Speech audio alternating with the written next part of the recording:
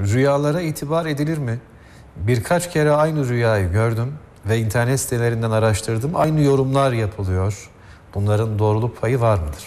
Bir defa peygamberlerin rüyaları sahihtir. Öncelikle onu söyleyelim. Yani peygamberlerin rüyaları sahihtir. Nitekim Peygamber Efendimiz'e de ilk önce vahiy rüya şeklinde gelmiştir. Yani rüyasında gelmiştir.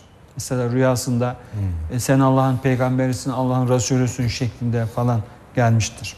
Hani gerçi ilk ayet rüyada gelmedi tabii ki. Ama böyle alıştırmalar falan gelmiştir. Peygamberlerin rüyalar olduğu gibi çıkar.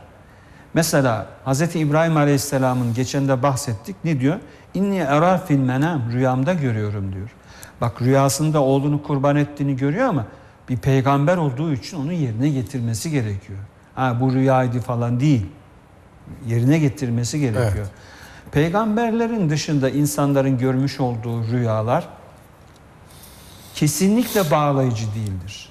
Kesinlikle bağlayıcı değildir. Bir delil olamaz.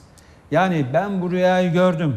Misal rüyamızda biz görsek ki hani velev ki nafile olsun. Şu kadar nafile namaz kılacaksın. Bu bağlayıcı mı? Bağlayıcı değil. Rüyamda görsek ki efendim misal 5 tane kurban keseceksin denilse bize. Bağlayıcı mı? Değil. Yani bize vacipse keseriz kurban bayramı günlerinde. Evet. Efendim rüya sitelerine baktım, şu yorumlar yapılıyor. Bir defa o rüya sitelerine bakmak doğru değil. Veyahut da bu konuda yazılmış rüya tabirleri var. Bunların bilimsel, %100 bilimsel bir değeri yok. Bunlar sadece tahminlerden ibaret. Bir kişi normalde kendisinin nasıl bir rüya gördüğünü kendisi tecrübeyle anlayabilir. Mesela ben bazı rüyalar görüyorum. Burada bahsetmeyeceğim. O rüyayı gördüğüm zaman diyorum ki bu güzel bir şey. Bazen bir rüya görüyorum. Bugün diyorum kesinlikle ben zamanı yetiştiremeyeceğim diyorum yani. Çünkü tecrübe etmişim daha önce. Ve gerçekten koşuşturuyorum. Bir türlü zamanı yetiştiremiyorum. Rüyam olduğu gibi çıkıyor. Bu biraz tecrübeye dayalı. Şimdi bu benim gördüğüm rüyaya gelsem size anlatsam, siz bir yorum yapsanız bu yorum bağlayıcı değil. O sizin yorumunuz. Evet. Aslında ben onu yorumlasam belki daha iyi. Mesela annem ya da işte ninem der ki ben şöyle bir şey gördüğüm zaman darlıktır der. Yani sıkıntıdır der. Ve gerçekten çıkıyor. Tecrübeye dayalı bir şey. Biraz insanların tecrübesine dayalı olan bir şeydir. Ama tekrar söylüyorum, rüyalar bağlayıcı değildir.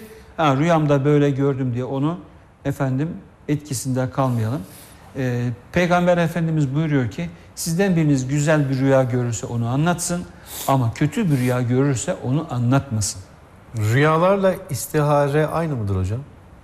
Rüyalarla istiharede rüya olabilir ya da olmayabilir. Yani istiharede illaki rüya olacak diye bir şey yok. Bir kimse rüya görmeden de istihare yapabilir.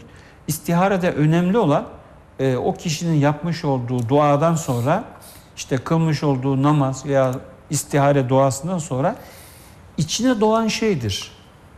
Ama genellikle işte yatılır, uykuda ne görülürse ona göre bir yorumda yapmak bizde adet olmuştur. Ama rüya şart değildir istihare için. Peki o istiharedeki görmüş olduğumuz rüya ne dersek diyelim. O da bağlayıcı değil. Bağlayıcı değil mi? Hayır. Amel etmek doğru değil orada. Hayır. Onunla kişi amel edebilir ya da etmeyebilir ama bağlayıcı değildir. Amel etmek zorunda değildir.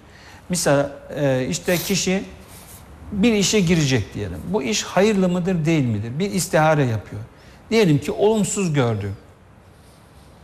Girmesin mi? Olumsuz gördü diye buna girmek kesinlikle yanlış diyemeyiz. Yanlış olabilir. Olabilir. Yani ihtimal. Aksi de olabilir. Hayırlı da olabilir. Bir şeyi hayırlı görmüş. Hayırlı gördüm diyor. Bak bu da bağlayıcı değil. Nitekim istihare yaptırıldığı zaman ya da yapıldığı zaman bazen insanlara diyor ki senin için hayırlı bir şey gördüm diyor. Adam da onu yapıyor, sonra hayırsız çıkıyor. Hani bir örnek vermek gerekirse genellikle bizde istihareler evlenmek için falan. Hani Bu kız iyi mi, bu oğlan iyi mi falan gibi böyle yapılır ya da yaptırılır falan. Bazı istihareciler var, yani bunun için istihareci diyorlar, biliyor musun? İstihareci, yani Bir meslek grubu gibi meslek hocam. haline gelmiş istihareci hoca falan. Millet gidiyor. Bazen bu istihareci hocalar efendim bir istihare yapıyor. İyi diyor, güzel, hayırlı. Evleniyorlar, boşanıyorlar sonra. Demek ki doğru değil. Yani bağlayıcı değil. Hepsi doğru çıkmıyor. O halde istişaresiz istihare çok verimli olmaz o hocam. da önemli tabii. Değil mi? Teşekkür İstişare, ederiz. yani bir taraftan istihare yapıldı diye istişare yapılmaz diye bir şey yok. İstişare de yapılır, istihare de yapılır. Birini yapmak diğerine engel değildir. İstişare yaptıktan sonra istihare yapmak veya istihare yaptıktan sonra istişare yapmak, bunlar birbirine engel değil.